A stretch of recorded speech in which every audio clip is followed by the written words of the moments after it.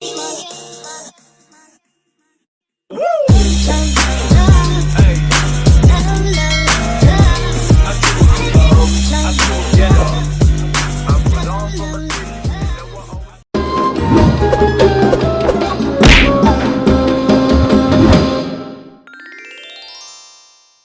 Nabi Muhammad Sallallahu Alaihi Wasallam.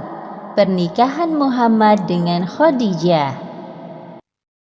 Sejak 2 bulan pasca kepulangan kafilah dagang Khadijah yang dipimpin oleh Muhammad dari Syam, kekaguman Khadijah kepada Muhammad semakin bertambah.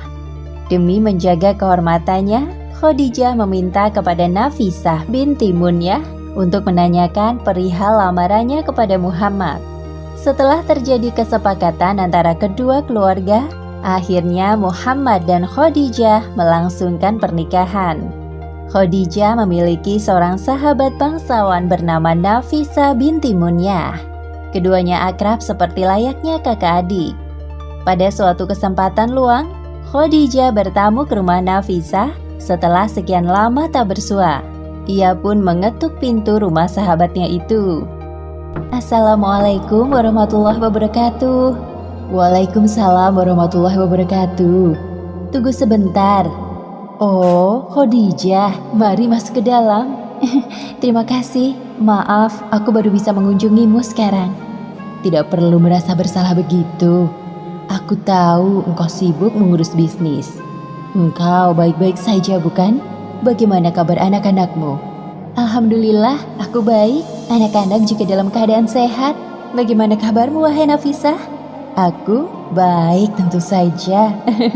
Alhamdulillah. Wajahmu tampak ceria. Apakah ada hal baik yang belum aku ketahui, wahai Khadijah? Iya, seperti yang kau lihat, Nafisah. Aku ini memang tidak bisa menyembunyikan rahasia darimu. Nafisah mencoba merayu Khadijah. Beberapa waktu lalu, Nafisah mendengar kabar bahwa sahabatnya itu telah menolak beberapa lamaran dari beberapa pembesar Mekah. Sebentar. Biarkan aku menebak apa yang membuatmu mengunjungiku di tengah kesibukanmu berbisnis. Jangan bilang ini tentang calon pendampingmu. Iya, lagi-lagi tebakanmu benar, Nafisah. Tapi, apakah engkau tahu apa alasanku menolak para pelamar itu? Karena harta yang kau miliki? Iya, itu salah satunya. Aku tidak ingin mereka menikahiku hanya karena harta yang aku miliki, kedudukan, atau fisik yang tampak indah di mata manusia. Sudah lama aku memantaskan diri untuk mendapatkan seorang pendamping yang berakhlak mulia dan dapat membimbingku ke arah yang lebih baik. Bagiku, harta kedudukan itu tidak penting.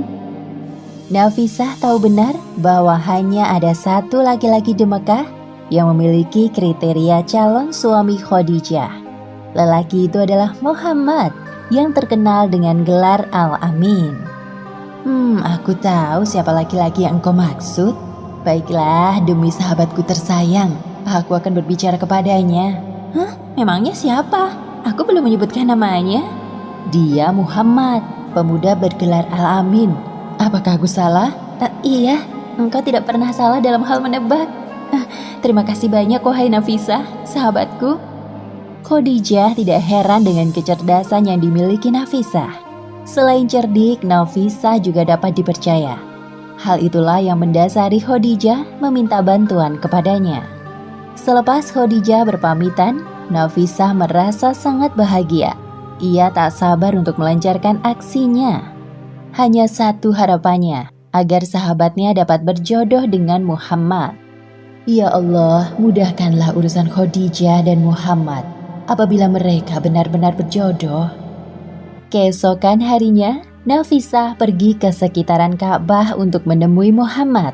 Ia menunggu sampai Muhammad selesai beribadah.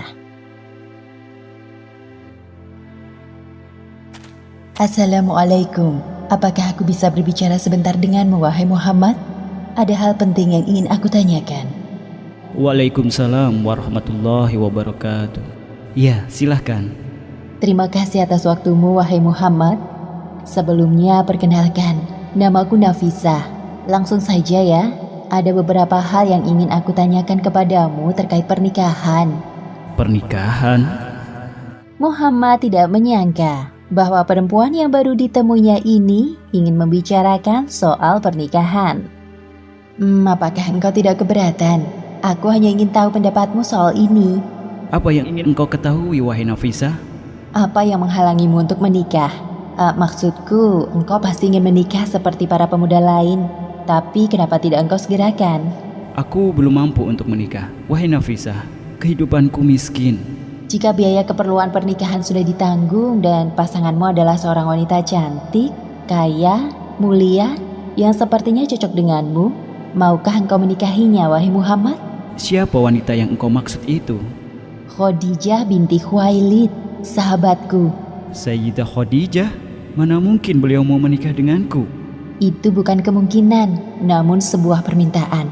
Apakah ini semacam lamaran?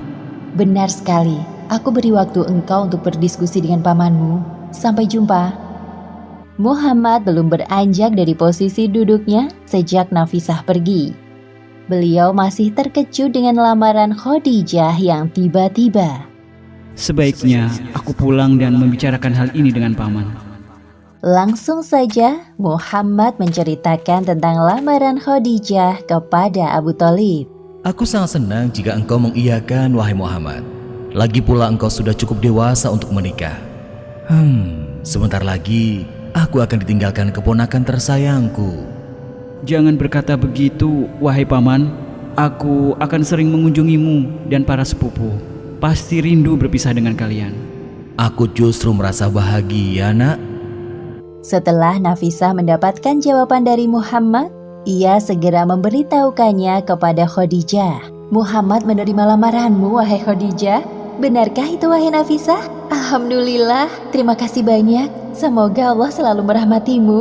Amin. Semoga berbahagia, sahabatku. Hari bahagia yang dinantikan oleh kedua mempelai akhirnya tiba. Dekorasi halaman rumah Khadijah dihias dengan sangat indah dengan cahaya lilin dan aneka bunga. Kamar pengantin dihias dengan kain sutra yang digantung rapi.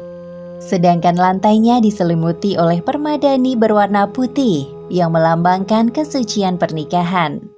Para pelayan Khadijah mengenakan seragam khusus untuk menyambut para tamu undangan yang hadir. Tampak para pimpinan Quraisy dan seluruh pembesar Mekah hadir. Sungguh pernikahan yang agung dan suci. Pengantin laki-laki datang bersama rombongan dari kabilah Bani Hashim yang dipimpin oleh Abu Thalib, Hamzah, dan perwakilan dari Bani Mudhar. Muhammad adalah sosok laki-laki yang sempurna. Paras wajahnya manis dan indah. Perawakannya sedang, tidak terlalu tinggi atau terlalu pendek. Rambutnya hitam sekali dan bergelombang. Dahinya lebar dan rata di atas sepasang alis yang melengkung. Sepasang matanya lebar dan hitam. Hidungnya mancung, dadanya lebar dan bahunya bidang. Warna kulitnya terang dengan kedua telapak tangan dan kaki yang tebal. Jika berjalan, badannya agak condong ke depan, melangkah cepat-cepat dan pasti. Pandangan matanya menunjukkan kewibawaan. Sedangkan pengantin wanita tampak anggun dan cantik dengan balutan gaun pengantin yang elegan, seolah-olah hanya Khadijah yang pantas mengenakannya. Pernikahan Muhammad dan Khadijah berlangsung dengan sakral.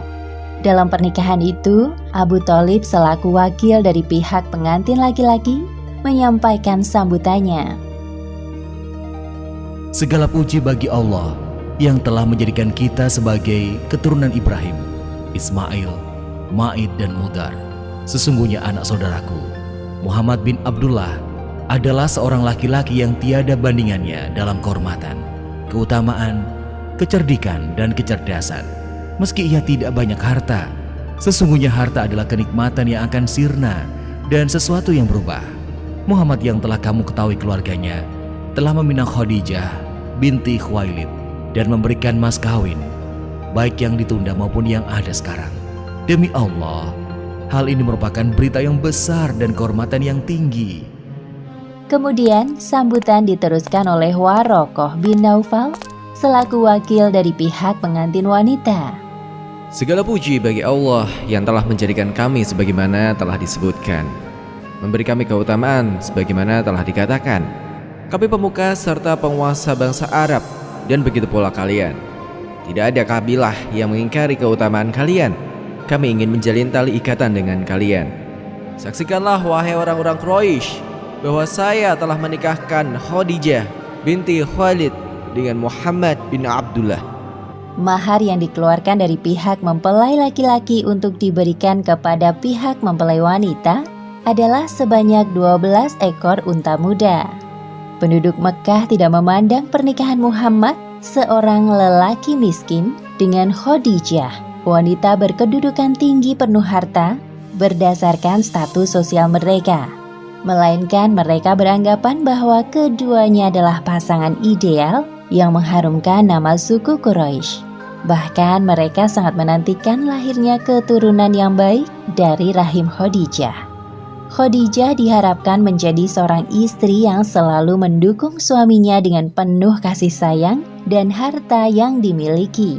Sebaliknya, Muhammad sebagai seorang suami akan membimbing istrinya dengan bijak menuju keluarga yang sakinah dan mawaddah. Hal itulah yang diharapkan dari keluarga besar dari kedua belah pihak. Demikianlah kisah pernikahan Muhammad dan Khadijah. Hikmah yang dapat kita ambil dari kisah ini adalah jangan khawatir perihal jodoh, karena Allah Subhanahu wa Ta'ala telah menciptakan laki-laki dan perempuan secara berpasang-pasangan dan menjamin keberadaannya sesuai cerminan diri kita. Jadi tugas kita sebagai manusia adalah terus memantaskan diri menjadi hamba yang bertakwa. Wallahu a'lam bishawab.